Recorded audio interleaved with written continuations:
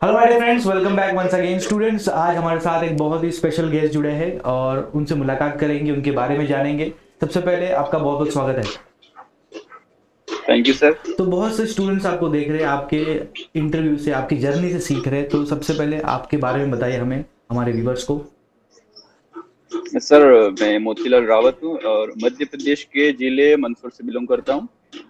और मैंने मेरा बीएससी प्राइवेट विक्रम यूनिवर्सिटी से किया है और पोस्ट ग्रेजुएशन मैंने डिस्टेंस से किया है। और उसके बाद में कुछ अदर एग्जाम्स होते कॉम्पिटिटिव, उसमें जुड़ गया था और बाद में मुझे पता चला इसका, तो फिर मैंने उससे स्विच करके इसमें ट्राई किया। तो मैं अभी लगभग 1.5 साल से इसमें लगा हुआ हूँ। ओके। और फर्स्ट मैंने दिसंबर 23 में दिया था। ओके। तो उसमें मेरा 73 पॉइंट करके कुछ था मार्क्स। हम्म।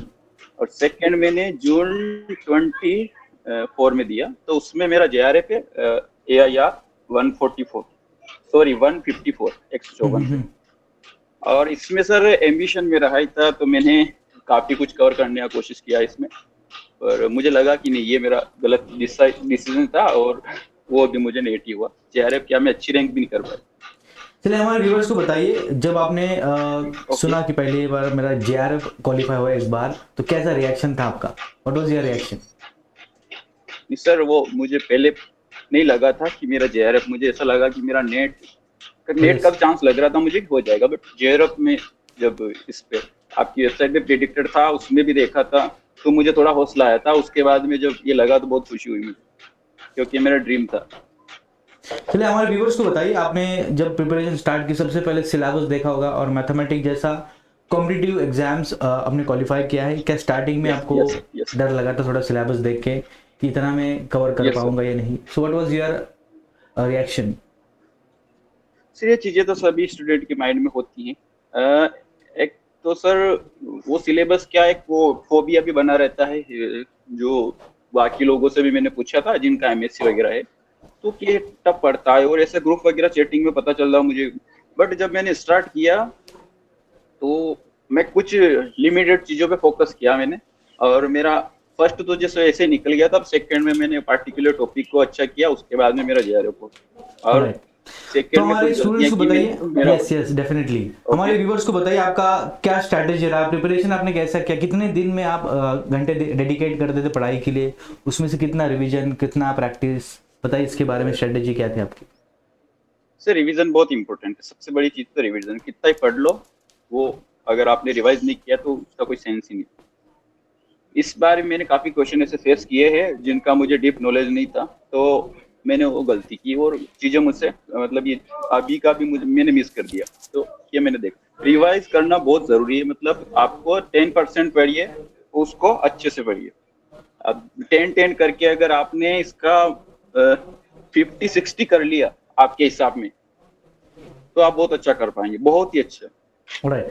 सो हमारे व्यूवर्स को बताइए, आपकी प्रिपरेशन जर्नी में ऐसा एक सब्जेक्ट रहा होगा जो आपके लिए बहुत चैलेंजिंग था, तो उस सब्जेक्ट को आपने कैसे प्रिपेयर किया? बिकॉज मैथ्स में सभी चीज़ें आसान नहीं है। सो ऐसा कोई चैलेंजिंग यस सर। सब्जेक्ट और आपकी जर्नी बताए, उसको सर अप्रोच। चैलेंजिंग था भी और है भी है। मेरा एब्स्ट्रैक्ट अलजेब्रा अभी भी क्लियर नहीं है।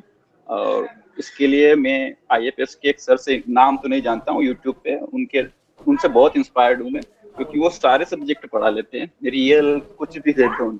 तो मैं उनसे बहुत इंस्पायर्ड हूँ और मैं इस पे, ये ज्यादा इंटरेस्टिंग लगता था मुझे, ODPD का और यूनिट 3 का। तो उसके लिए मैंने काफी वीडियोस देखे और रियल एनालिसिस में, जैसे किसी टॉपिक को जितनी बार पढ़ो तो कुछ नया नया सीखने को, बहुत कुछ सीखने को मिला मैंने। राइट। तो इसके लिए मैं ओके। सो हमारे सर को व्यूवर्स को बताइए, थैंक्स बोलना मतलब क्या चाहूंगा। आपने सेल्फ नोट्स बनाए थे? कितना इंपॉर्टेंट रहता है खुद यस के सर, नोट्स बनाना? सेल्फ नोट बहुत जरूरी है।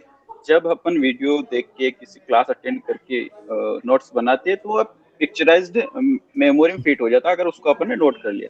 तो जब भी उस नोट को अपन दोबारा देखते हैं, तो वो पूरा पिक्चराइज्ड हो जाता माइंड में कि कैसे कैसे सर ने पढ़ाया क्या है। तो इसलिए सेल्फ नोट बहुत इंपॉर्टेंट है, वरना तो सर बहुत से नोट कलेक्ट कर लेंगे, वो सेंस नहीं निकलेगा उसका भी। चलो, मेरा नेक्स्ट क्वेश्चन आपके लिए, जब भी कोई स्टूडेंट मैथमेटिकल साइंस में कोई भी कॉम्पिटिटिव एग्जाम पकड़ो, गेट यस हो सर। गया, नेट हो गया, सेट, यस तो प्रैक्टिस यस बहुत यस इंपॉर्टेंट रहता है। तो आपने प्रैक्टिस कैसे यस की? यस कौन से रेफरेंस बुक यूज़ किए और मॉक टेस्ट कितने लगाए, इसके बारे में ज़रा, प्रैक्टिस के बारे में ज़रा हमारे डिटेल्स में बताइए व्यूवर्स को।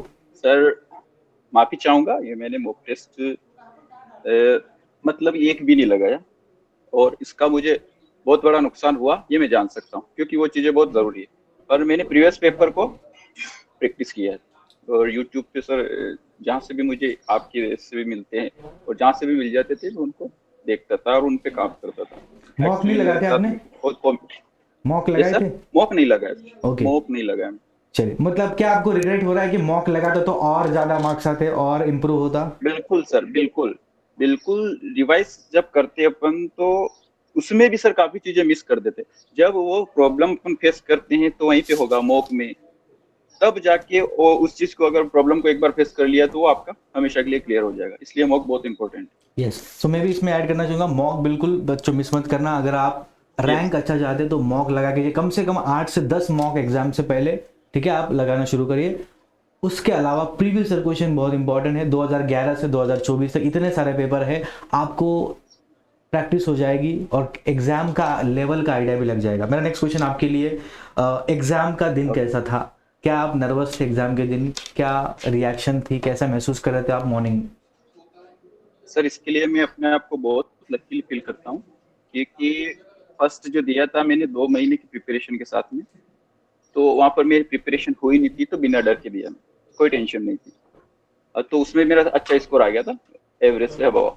और सेकंड दिया, सेकंड में मैंने काफी कुछ कवर किया था, बट मुझे लगा बहुत कुछ बाकी रह गया था। और वो भी सर कुछ दूसरी कॉम्पिटिटिव एग्जाम का मॉक मैंने दिया है, तो उसका बेनिफिट मुझे इसमें लगता है बिल्कुल होगा, क्योंकि मुझे लगता है 3 घंटे है, तो ऐसा मुझे कुछ उसमें कुछ प्रॉब्लम फेस नहीं की, वो भी मेरे लिए अच्छा गया। और थर्ड में सर मैं इसमें मुझे ज्यादा डर था और उसका मुझे नुकसान भी दे गया, क्योंकि सर इसमें मैंने इंस्पिरेशन अपनी बहुत हाई कर ली थी। वो मैंने सबसे बड़ी गलती की, क्योंकि मैंने इसको नेट समझा ही नहीं, ये सबसे बड़ी गलती की। इसको मैं सर तो वैल्यू दी ही नहीं मैंने, मैं भूल गया था कि हाँ ये एग्जाम टफ भी हो सकता है, तो सर वो गलती की मैंने। चलिए, मेरा नेक्स्ट क्वेश्चन आपके लिए, एग्जाम का दिन डेफिनेटली वो 3 घंटे लाइफ के सबसे इंपॉर्टेंट 3 घंटे हैं, तो कैसे आपने यस स्पेंड सर। किए? कौन सा आपने सेक्शन पहले किया, कौन से बाद में किया? 3 घंटे क्या मेंटालिटी थी आपकी? इसके बारे में हमारे व्यूवर्स ओके को बताइए सर, जरा। मेरा मेरा पार्ट है स्ट्रॉन्ग है सर, मैंने वहीं से स्टार्ट किया। उसके बाद में मैं सेकंड पे गया, पार्ट बी पे गया, उसके बाद में थर्ड। और थर्ड में मैंने सारे क्वेश्चन अटेम्प्ट किया, ये मेरे बिगिनिंग से यही स्ट्रेटेजी रही मेरी। सेकंड में सर काफी कुछ चीजें लगती है डिफिकल्ट, तो वहां पर सबसे ज्यादा ध्यान रखना एक तो। और थर्ड को सर सही तरीके से इम्पोर्ट करना बहुत इंपॉर्टेंट है। अगर उसमें कुछ मिस्टेक की तो आपको बहुत नुकसान करेगा। डेफिनेटली, और सबसे इंपॉर्टेंट रहता Yes, है पार्ट सी। तो पार्ट सी के क्वेश्चन ज़्यादा से ज़्यादा पार्ट आपके सी। सही आने चाहिए, because it carries the major वही। चंक ऑफ योर स्कोर, ठीक है। यस मेरा sir. Next question yes sir. Yes. आपके लिए, क्या सी एस आर नेट का जो एग्जाम का डिफिकल्टी लेवल था आपके एक्सपेक्टेशन के अकॉर्डिंग था? बिकॉज बच्चे पढ़ते ही कुछ एग्जाम में क्वेश्चन अलग लेवल के आते हैं, तो क्या आपका यस। यस रिस्पॉन्स है लेवल के बारे में? सी एस आर नेट का टफ है, बहुत ईजी है, मीडियम है? सर, अगर आप वाकई में अपने सब्जेक्ट से प्यार करते हैं, पढ़ने में इंटरेस्ट लेते हैं, तो सब्जेक्ट आपके लिए डिफिकल्ट बहुत इजी हो जाएगा, ये मैं मानता हूँ, और ये मैंने फील भी किया है। हाँ, पर प्रैक्टिस और कंसेप्ट पे क्लियरली और डीप फोकस करना बहुत जरूरी है, क्योंकि एग्जाम जब मैं देके आया था तो मुझे लगा मेरा स्कोर बहुत हाई जाएगा, और जब मैंने आंसर की देखी तो मैं शॉक था। तो ये चीजें होती है सर, ये बताती है कि हाँ एग्जामिनर आपसे मतलब किस प्रकार की क्या चीजें चाहता है।